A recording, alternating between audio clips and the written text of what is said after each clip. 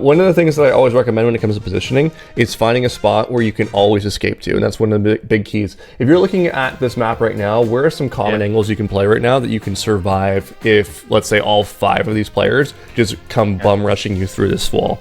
More backside of A. Yeah, you can be playing the right side. You can also be playing up in heaven. Either one of those is great because you have natural cover to your left or your right, and you're able to dodge in and out from there. Now, the other thing that you want to be mindful of is the size, the sheer size of the map and how long it takes for your teammates to rotate to certain positions. If we're up here and we get picked off really quickly, you're now leaving Phoenix in a rock and a hard place. And quite honestly, if I'm gonna put that much pressure on a person I've never played with before, I deserve to lose. So I always say survival is gonna be your main priority here. Now, as we're going forward, this jet is absolutely psychotic, but they are pairing it with a flash, which is really good to see, right? So the kill there, and then you're in this position. So now we have a smoke and we've been revealed. So naturally they should be running right at you. So we should be dead right here. If you have the chance though, survivability is 100% the focus here, being it's a 5v3. What should we do right now? Back off. Back off, yeah. See, now or heaven. Yeah, you got it. So now you're overstaying your welcome by being here, especially if you're going to decide to move forward. So those are the few opportunities there where you could have been picked off and had a really bad day here. So it's good to see that we didn't get punished, obviously, but it's also bad to see that we didn't get punished either. Yeah, and in later rounds, I might be punished for it. Yeah, absolutely. So we didn't get punished right now, and then the lack of having pain there could cause pain later. Want to get coached? Join this Discord. We have free and paid coaching options. Can't wait to see you there. Enjoy the video. Now we're on Eco, so now I want you to take more risks, right? Now you're playing the spot where I wanted you to play in pistol round. Yeah. Right? In this spot, I'm like, yeah, let's take fights.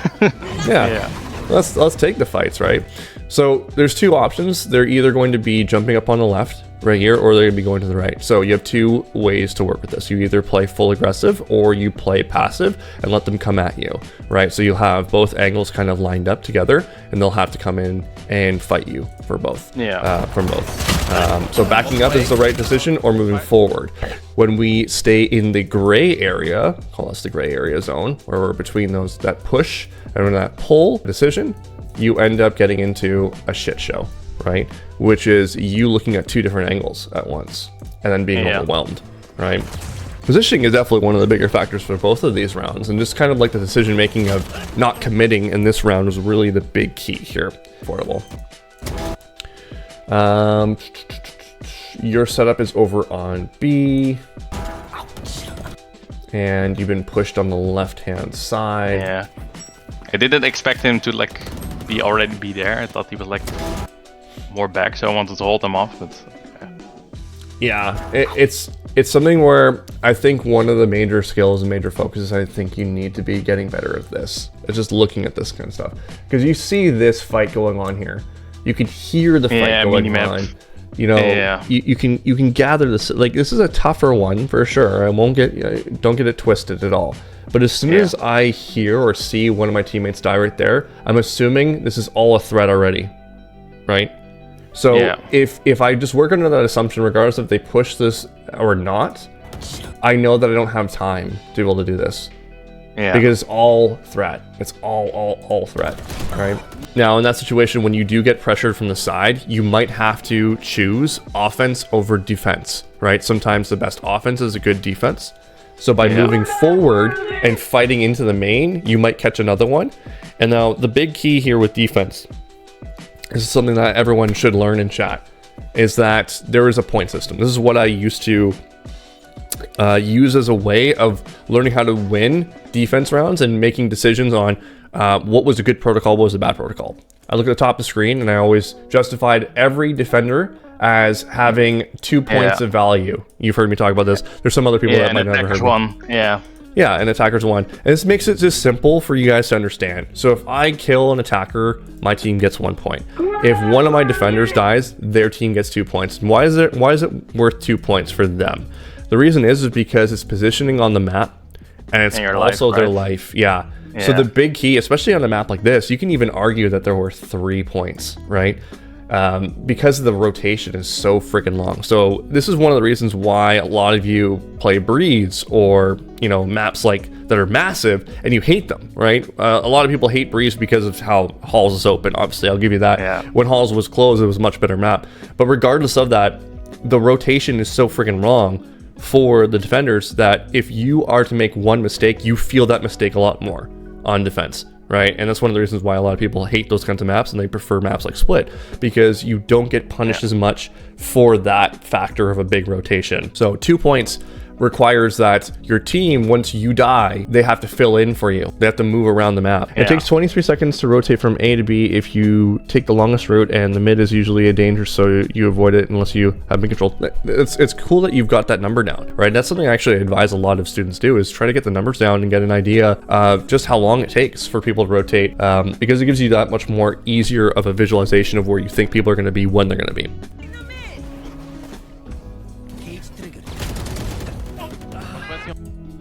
Just an awkward fight. Yeah, movement issue.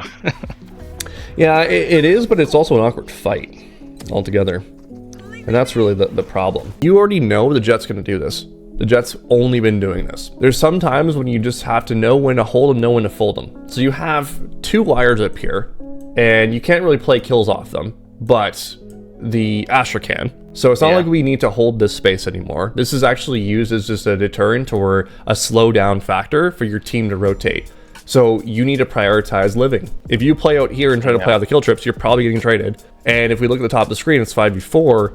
So I think the answer for you is going to be obvious as to where you need to be standing and where you need to go. What do you think? Like even more backside, like right here's fine.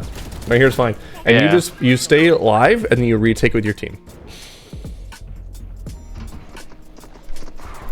Okay, so with Dog going in and hearing all the shots you heard, fair to say there's probably 3 at this point. Yeah. You want to play? Ooh, let's that was a play. little dangerous, that peek. Trying to dodge the dog.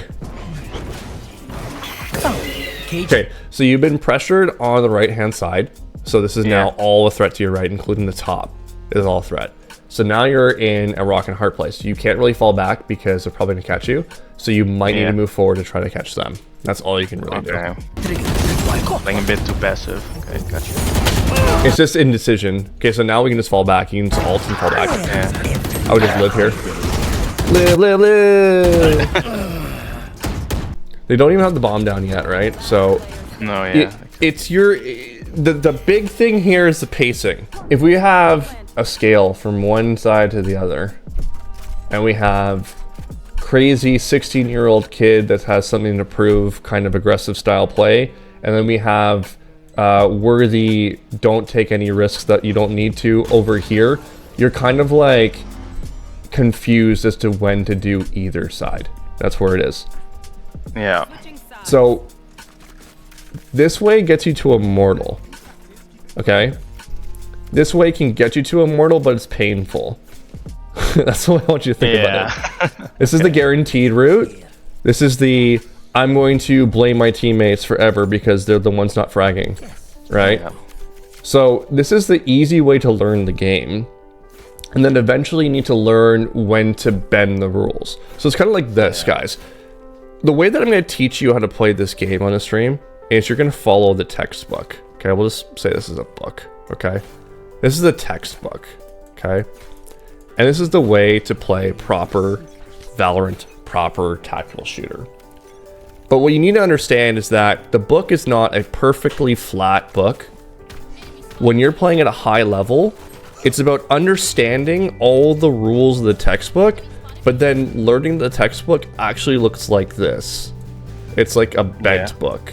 Why? Because the book itself needs to be broken and bent in order to catch people off guard.